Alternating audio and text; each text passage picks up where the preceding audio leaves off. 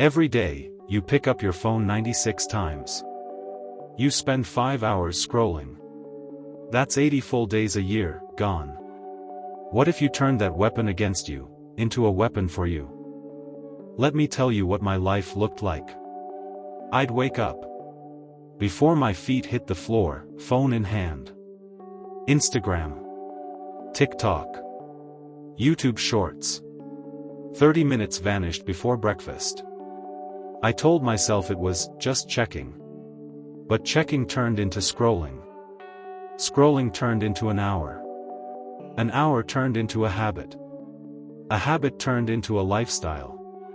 I had goals written on paper. But my phone had other plans. Every notification was a tiny hand pulling me away from the life I wanted.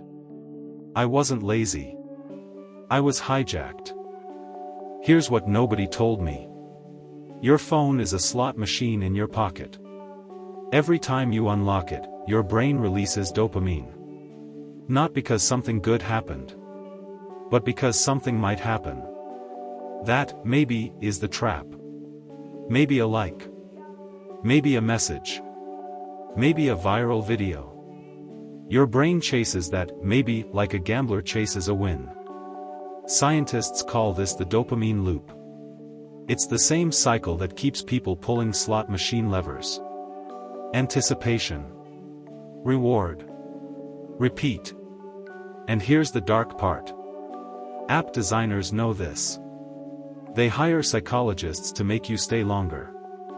The infinite scroll? Engineered. The red notification badge? Designed to trigger urgency. Autoplay videos? Built to steal your next 30 minutes. Every time you give in, your brain's baseline drops. Real goals start to feel boring. Studying feels dull. The gym feels heavy. Reading feels slow. Because your brain already got its dopamine, for free. Why climb a mountain when you can scroll a feed? That was my life. And I decided, enough. Phase 1. I called it the Purge. I opened my phone and looked at every app like a judge in a courtroom. Do you serve me, or do you steal from me? Social media? Moved to a hidden folder, 3 taps deep. Games? Deleted. News apps that fed me anxiety? Gone. I kept only what moved me forward. Calendar. Notes. Learning apps. Fitness tracker. My home screen went from a carnival to a cockpit. Clean. Intentional. Built for takeoff. Phase 2. I built the fortress. I turned on focus mode. Every weekday, 9 a.m. to 12 p.m., my phone goes silent. No buzzing. No banners. No distractions. I set Do Not Disturb for deep work hours. I turned off every notification except calls from family. Think of it like this.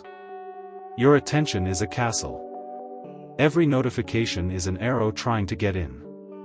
Focus mode is your wall. I also set app timers. 30 minutes max on social media per day. When the timer hits 0, the gate closes. No negotiation. No, just 5 more minutes. The wall holds. Phase 3. The replacement. Here's what most people get wrong. They try to remove the habit without replacing it. That's like pulling a weed and leaving the hole. Something worse will grow. So I planted new seeds. Where I used to scroll TikTok, I opened a language app. Where I used to check Instagram, I opened my task manager. Where I used to binge YouTube Shorts, I listened to audiobooks. I replaced dopamine junk food with dopamine nutrition. Same phone. Same hand. Completely different life. Phase 4. The ritual. Every morning, for the first 60 minutes, my phone stays in a drawer. I wake up. I stretch. I drink water. I write 3 goals for the day. No screen. No scroll. No noise. This is the most powerful hour of my day. Because the first thing you feed your brain sets the tone for everything. Feed it garbage, and your day tastes like garbage. Feed it intention, and your day moves with purpose. At night, same rule. Phone charges in another room. The last thing I see before sleep is not a screen. It's silence. It's peace. It's clarity. Morning ritual. Evening ritual. 2 bookends holding my entire day together. Phase 5. The tracking. What gets measured, gets managed. I checked my screen time every Sunday. I wrote the number down on a wall calendar. Week 1, 6 hours a day. Week 4, 2 hours and 40 minutes. Week 8, 1 hour and 15 minutes. Watching that number shrink felt like watching a weight scale drop. Every lower number was proof I was winning. I gamified my own recovery. Each day under my target, I drew an X on the calendar. The chain of X's became my motivation. I didn't want to break the chain. Your phone already tracks everything about you. It's time you track it. Here's what happened when I took control. My focus went from a goldfish to a laser. I finished projects I'd been putting off for months. I read 12 books in 3 months. I started waking up excited instead of exhausted. My anxiety dropped. My confidence climbed. I had conversations, real ones, without glancing at a screen. The phone didn't change. I changed how I used it. The same device that stole my time. Now it manages my calendar. Plans my workouts. Teaches me new skills. Tracks my habits. Reminds me of my goals. It went from being my biggest distraction to being my most powerful tool. That's not luck. That's engineering.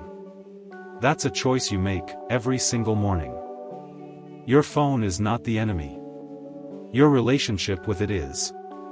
You don't have to throw it away. You just have to take the steering wheel. Right now, you have a supercomputer in your pocket. It can waste your life, or it can build it. The difference is one decision. Decide today.